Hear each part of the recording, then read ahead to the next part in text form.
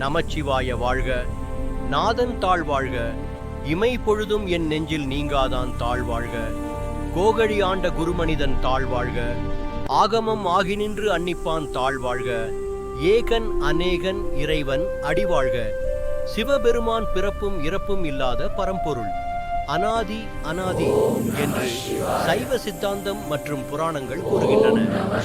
அவர் சுயம்பு, தானாக தோன்றியவர் அல்லது பரமசிவன் என அழைக்கப்படுகிறார். மனிதரைப் போல பிறப்பு இல்லை. அவர் ஆதிசக்தி, ஒளி ஆற்றல் வடிவமானவர். சிவன் பிறப்பு இல்லாதவர். அவர் தனது ஒரு பகுதியிலிருந்து பராசக்தி அம்மையை உருவாக்கினார். இருவரும் இணைந்து ஆனந்த தாண்டவம் ஆடி அண்ட சராசரங்களை படைத்தனர். ஓம் பிரணவ மந்திரம் அவரது உடுக்கையிலிருந்து உருவானது. சிவன் சமம் சிவந்தவன் தமிழில், அல்லது சிவம் புனிதம் மங்களம் என்ற பொருள். ருத்ரன் வடிவில் வேதங்களில் ரிக் வேதம் குறிப்பிடப்படுகிறார். சிவம் என்ற சொல்லுக்கு புனிதம், மங்களம், நன்மை என்று பொருள்.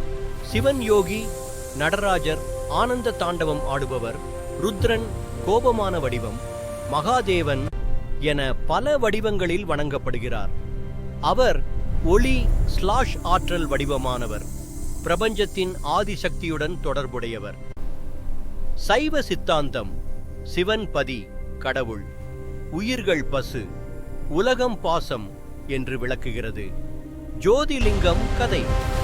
பிரம்மாவும் விஷ்ணுவும் தங்களில் யார் பெரியவர் என்று வாதிட்ட போது ஒரு பெரிய அனல் தூண் ஜுவாலாலிங்கம் தோன்றியது. அதன் அடியும் முடியும் காண முடியவில்லை. இருவரும் தோற்றபின் சிவன் தோன்றி, நான் ஆதி அந்தமற்றவன் என்றார். இது சிவனின் உயர்வை நிரூபிக்கும் கதை.